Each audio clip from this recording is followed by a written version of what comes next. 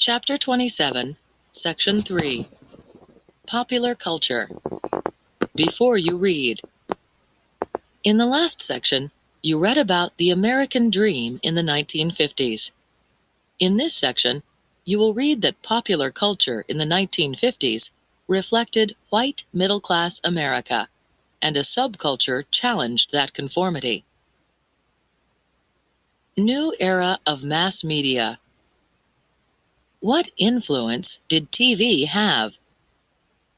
Mass media, the means of communication that reach large audiences, include radio, television, newspapers, and magazines.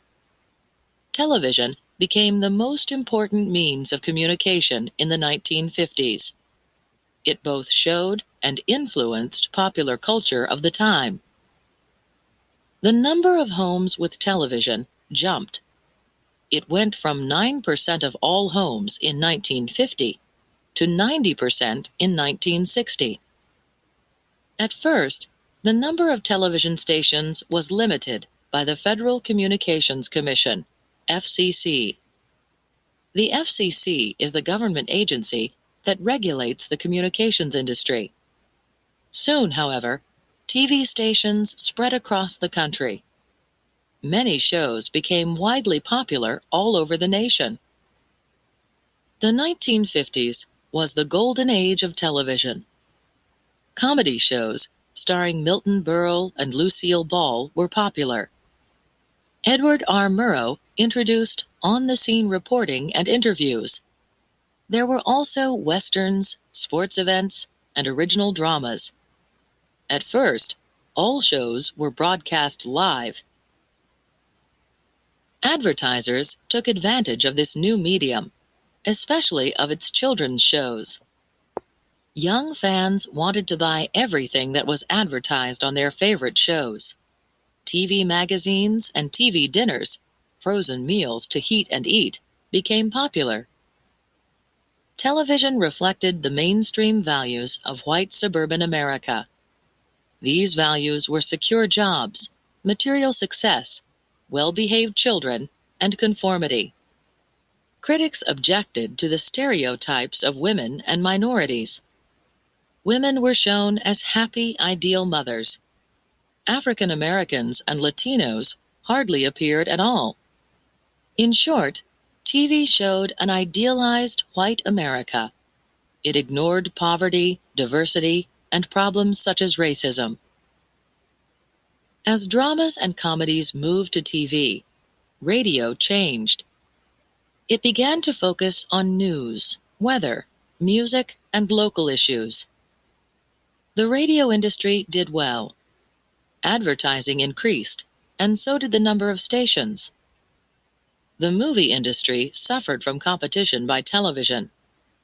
The number of moviegoers dropped 50%, but Hollywood fought back. It responded by using color, stereophonic sound, and the wide screen to create spectacular movies. Question 1. Was the picture of America portrayed on television accurate? A subculture emerges. What was the beat movement and rock and roll? Television showed the suburban way of life. But two subcultures presented other points of view. One was the beat movement in literature. These writers made fun of the conformity and materialism of mainstream American society. Their followers were called beatniks. They rebelled against consumerism and the suburban lifestyle. They did not hold steady jobs and lived inexpensively. They read their poetry in coffee houses. Their art and poetry had a free, open form. Major works of the Beat generation include Allen Ginsberg's long poem, Howl, Jack Kerouac's novel, On the Road, and Lawrence Ferlinghetti's A Coney Island of the Mind. Question 2.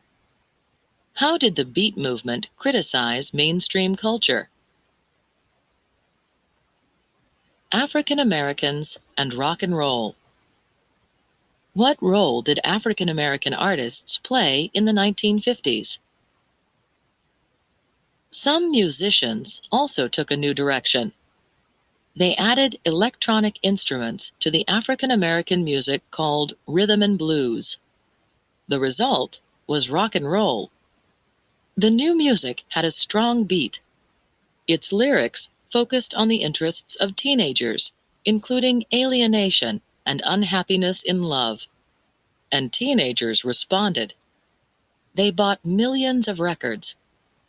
The biggest star of all, the king of rock and roll, was Elvis Presley. He had 45 songs that sold more than 1 million copies. Some adults criticized rock and roll. They said it would lead to teenage crime and immorality. But television and radio helped bring rock and roll into the mainstream. Many of the great performers of the 1950s were African American. Nat King Cole, Lena Horne, Harry Belafonte, and Sidney Poitier were popular with white audiences. They led the way for later African American stars. Jazz musicians like Miles Davis and Dizzy Gillespie also entertained audiences of both races. The most popular black performers were the early rock and roll stars, like Little Richard and Chuck Berry. Television was slow to integrate. One of the first programs to do so was Dick Clark's popular rock and roll show, American Bandstand. In 1957, Bandstand showed both black couples and white couples on the dance floor. Before integration reached radio audiences, there were stations that aimed specifically at African American listeners. They played the popular black artists of the day. They also served advertisers who wanted to reach black audiences. Question 3. How did African Americans influence the entertainment industry of the 1950s?